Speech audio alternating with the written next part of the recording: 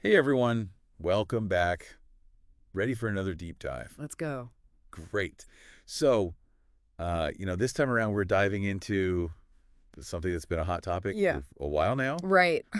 And that's the whole theaters versus streaming debate. Hmm. I mean, is the future of film in theaters or on our streaming services? Right. You've sent us a ton of stuff, Yeah. articles and reports, even some pretty strong opinions from some big directors. Oh, yeah. So we're going to unpack all of that. Okay. And see what we can find. But I think it's safe to say this deep dive is going to be full of surprises I think so. because we're going way beyond just the surface level stuff here. All right. So to kick things off, I think it's worth looking at some recent examples. I mean, you've got Barbie, Huge. huge, Yeah. box office smash, cultural phenomenon. Definitely. And then you've got The Irishman, which found incredible success on Netflix, Yeah. proving that both models can actually work. Yeah. And they both have, I mean, it's really a fascinating time to be looking at this. It feels like there's this tug of war going on. Mm-hmm. On the one hand, you have that magic of the big screen, Yeah. that immersive experience that you just can't get at home. Right. And then on the other hand, Mm-hmm. you have the undeniable convenience and accessibility Yeah. of streaming. Yeah, and it's not just the convenience. Right. Streaming has also become a place for filmmakers to Yeah. explore stories that they might not have been able to in a traditional Yeah. theatrical setting. Like take Roma, for example. Yeah. This film was produced by Netflix. Yeah. And it went on to win multiple Oscars, Wow. which really solidified streaming platforms as legitimate places to create high-quality cinema. It really challenged the perception Yeah. that streaming was just for, like Right. casual viewing Yeah. or, Yeah. B-movies or Yeah, something. totally. What do you think it was about Roma that really resonated with audiences and critics? Well, I mean, Roma was just a beautifully crafted film, Yeah. really compelling story. Mm. And I think Netflix's global platform allowed it to reach a much Yeah. wider audience than it would have with just a limited Yeah. theatrical release. Right. So that accessibility, Yeah. coupled with, all the critical acclaim, Yeah. really helped elevate Roma Mm. and showed that streaming services Yeah. can produce films worthy of Yeah. awards and recognition. That's a great point. It seems like streaming has kind of leveled the playing field in a way, Yeah. giving smaller independent films a fighting chance Mm. to gain recognition Yeah. alongside these big budget productions. For sure. But let's not forget about the unique allure of the big screen. Oh, Right? sure. Absolutely not. I mean, there's just something special about experiencing a film like Totally. Oppenheimer Yeah. in a packed IMAX theater. Films like Oppenheimer and Avatar, they're designed with the big screen in mind. Directors like Christopher Nolan, Right. they're using technologies like IMAX to create these Yeah. truly immersive experiences Yeah. that you just can't replicate on a smaller screen. Right. And you have to admit, there's a certain energy Oh, yeah. that comes from experiencing those gasps and cheers Yeah. alongside a whole audience. Yeah, it's like a communal experience. It is. It is. It's a very communal Being a experience. part of something bigger. It binds us together. And then you've got films like Top Gun, Maverick, Oh, which really became cultural events, Yeah. right? Pulling people back into theaters Right. for that shared adrenaline rush. Top Gun really tapped into that desire for Yeah. spectacle Yeah. and shared experience. It reminded us of the power of the theatrical format Yeah, to deliver those heart-pounding, edge-of-your-seat moments. totally. I mean, those become cultural touchstones. They do. They do. Yeah. And speaking of cultural touchstones, Barbie just took the world by storm. It did. I mean, everyone was decked out in pink, rushing to theaters to be part of this phenomenon. Right. But while Barbie thrived in that theatrical setting, Yeah. couldn't you argue that a film like The Irishman, Okay. with its longer runtime and complex narrative, Yeah. might have struggled to find its footing Yeah. in a traditional theater? The Irishman is a great example of how streaming can be a platform for these filmmakers like Scorsese Right. to explore these ambitious projects that might not have been Yeah. feasible for theatrical release. Right. I mean, it's 3.5-hour runtime. That's long. Might have deterred some theater goers. Yeah. But on Netflix, it found a really dedicated audience who could enjoy it at their own pace. Right. Yeah. It's interesting to think about how different formats cater to Yeah. different viewing preferences, right? Yeah. Yeah.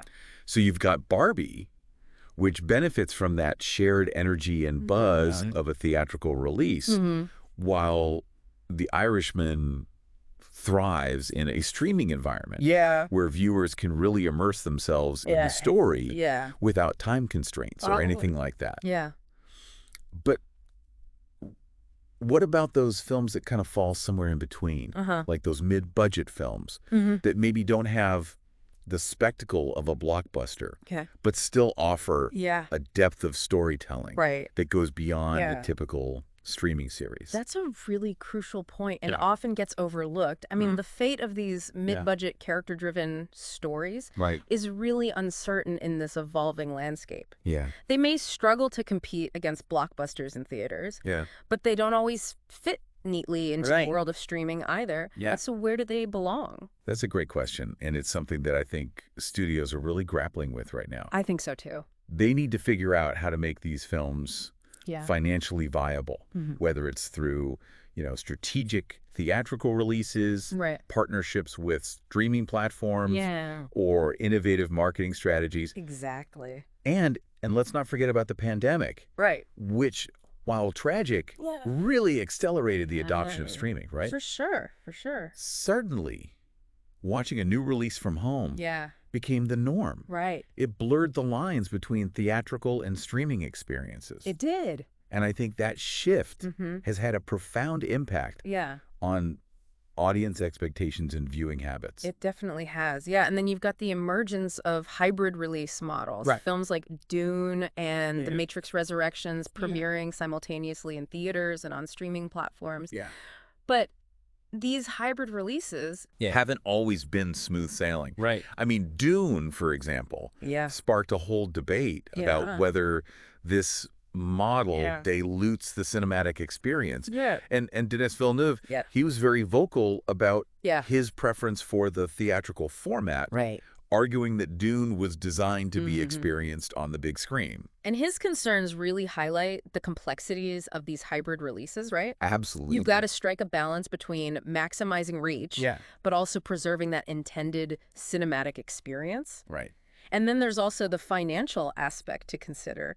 I mean, the Black Widow situation with Scarlett Johansson's lawsuit against Disney over revenue sharing really exposed the potential pitfalls of hybrid models, It raised important questions about how actors and filmmakers are compensated when films are released across multiple platforms. It's a very complex issue. It is. And the solutions are still being worked out.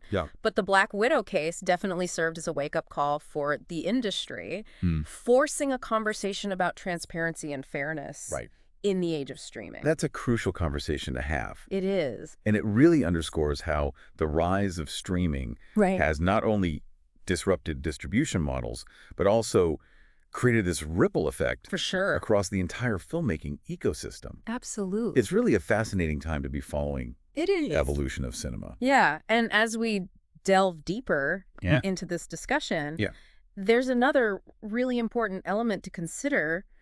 The financial implications.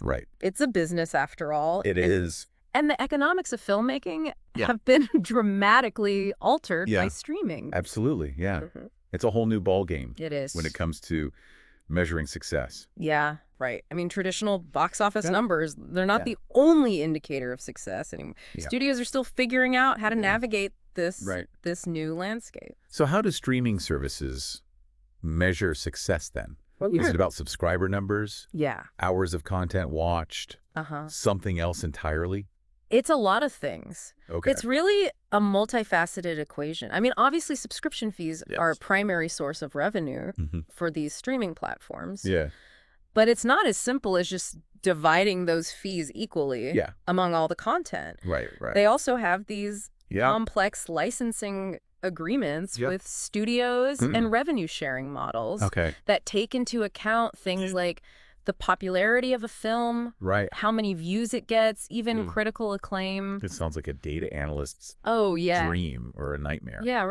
Depending on how you look at it. It's complicated. But how did these new revenue models actually compare to traditional box office metrics? Tough to make a direct comparison because a blockbuster film that breaks box office records will probably generate a different type of revenue than, say, a critically acclaimed indie film that finds a devoted audience on a streaming platform. Okay. And then, the way those revenues are distributed amongst studios, filmmakers, actors, that's still being negotiated and redefined. It's really fascinating to see how the industry is adapting, though. Yeah. Like a whole new economic ecosystem is emerging. It is, yeah. But speaking of adapting, I wonder how this shift towards streaming has impacted the stories being told. Right.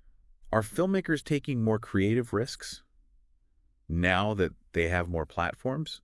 That's a good question. To showcase their work. I think there's a sense that streaming platforms have opened doors for more diverse voices and experimental storytelling. I mean, filmmakers who may have struggled to get funding for a project that didn't fit that traditional blockbuster mold now have other avenues to pursue their vision. So it's not just about accessibility for viewers then. No.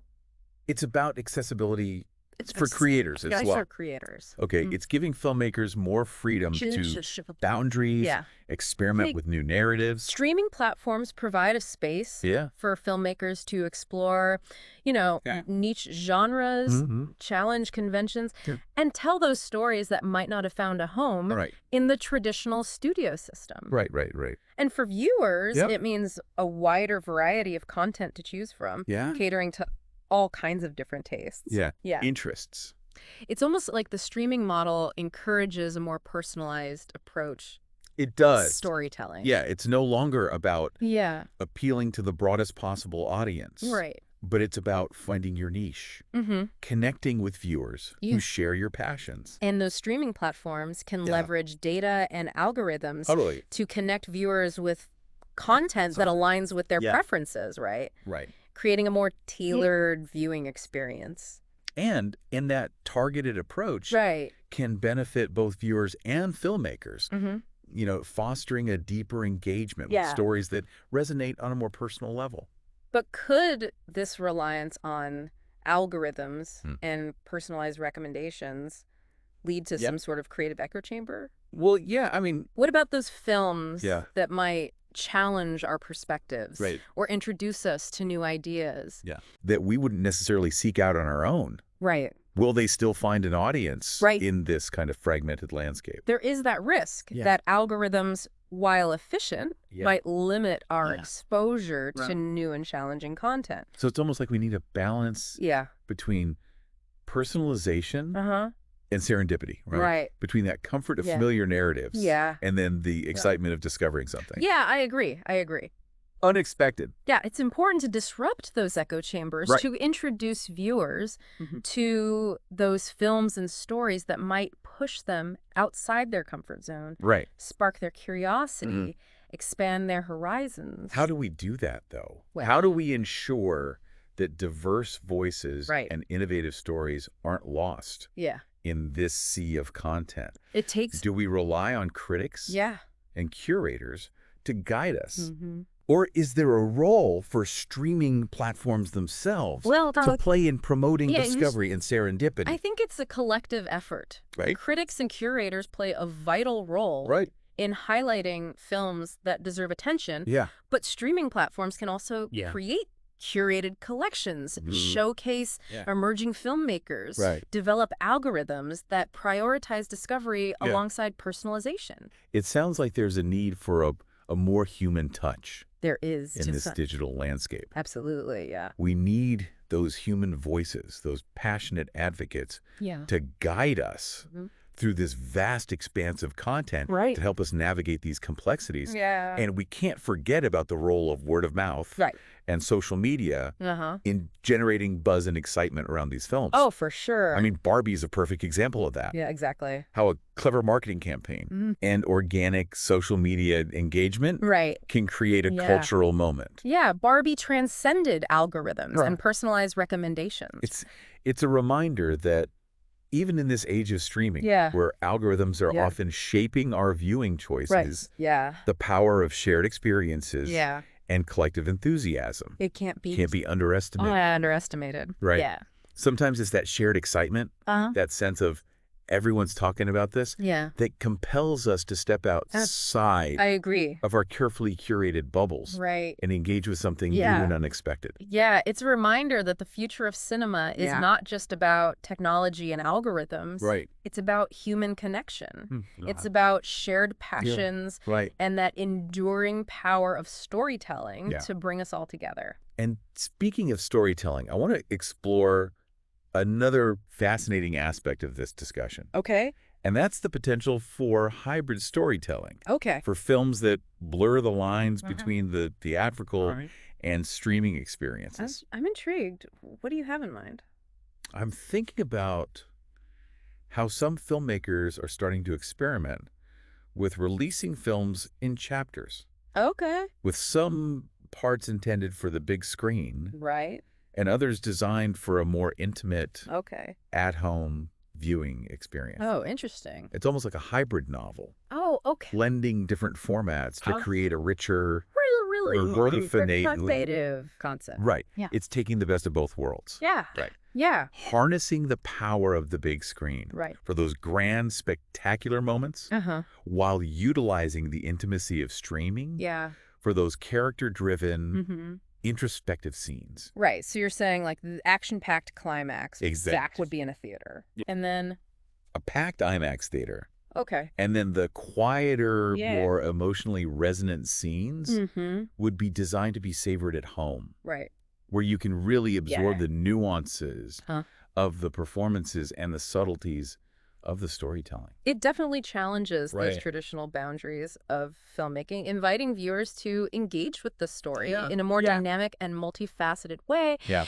And it also opens up these exciting possibilities for filmmakers to experiment with different pacing, different visual styles, even interactive elements that tailor the experience to that specific viewing environment. It's like the evolution of cinema is just getting started. It really is. We've gone from silent films to talkies, black and white to 2D to 3D, and now we're exploring this fascinating realm of hybrid storytelling. It's true. Who knows what the future holds? It's a very exciting time to be a film enthusiast. It is, it is. So as we wrap up this deep dive, yeah, I think it's worth kind of reflecting on the key takeaways here. Okay. We've talked about how theaters and streaming, right, they each offer distinct advantages. Right. And the future of cinema really lies in finding that balance between the two. It's not about one replacing the other. Yeah. It's about recognizing their complementary strengths and embracing those possibilities that come from their coexistence. Theaters will continue to provide those communal, immersive experiences that make blockbusters so captivating. Yeah. And streaming platforms will continue to expand access to a diverse range of content, fostering innovation and giving a voice to those stories that might not have found a home in the traditional studio system. Exactly. And perhaps the most exciting thing about this whole evolution is the potential for hybrid storytelling films that blend the theatrical and the streaming experiences to create something truly unique and engaging. It's a reminder that the boundaries of cinema are constantly being redefined. Constantly. And the possibilities are limitless. Limitless. I love that. Yeah. Optimistic outlook. It's a reminder that amidst all the debates and disruptions, the heart of it all is the power of storytelling. Whether a film is projected on a giant screen or streamed on our personal devices. The fundamental goal remains the same. It does. To transport us to other worlds. To evoke emotions. To connect us through shared experiences. It's a testament to the enduring power of storytelling. I agree. To transcend formats and technology. It really is. Reminding us that human desire to connect through narratives is as strong as ever. And that, I think, is the beauty of this current moment in cinema. I think so too. We're witnessing this transformation in how stories are told, shared, and consumed. A transformation that I think holds a ton of potential. It does. For both filmmakers and audiences. Yeah. We're all a part of this unfolding story. Yeah. And I'm eager to see what the next chapter holds. Yeah. But before we go, I want to leave you with one final thought-provoking question to ponder. We've talked about Barbie and its incredible success. Right. And how its marketing campaign really played a key role in driving audiences back to theaters. Right.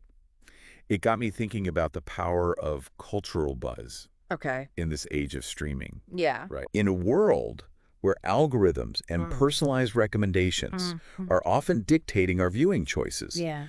Does that collective excitement, that sense of everyone's talking about this movie, does that still hold the same sway? That's a really interesting question. I think it makes so. You wonder if our own individual viewing habits, which are so shaped by these algorithms and curated lists, are making us lose touch with those broader cultural moments, the shared experiences that really unite us as movie lovers. It's almost like a paradox. Yeah. We have more access to content than ever before. Yeah. Yet we're potentially becoming more isolated in our viewing choices. Yeah. So how do we reconcile that?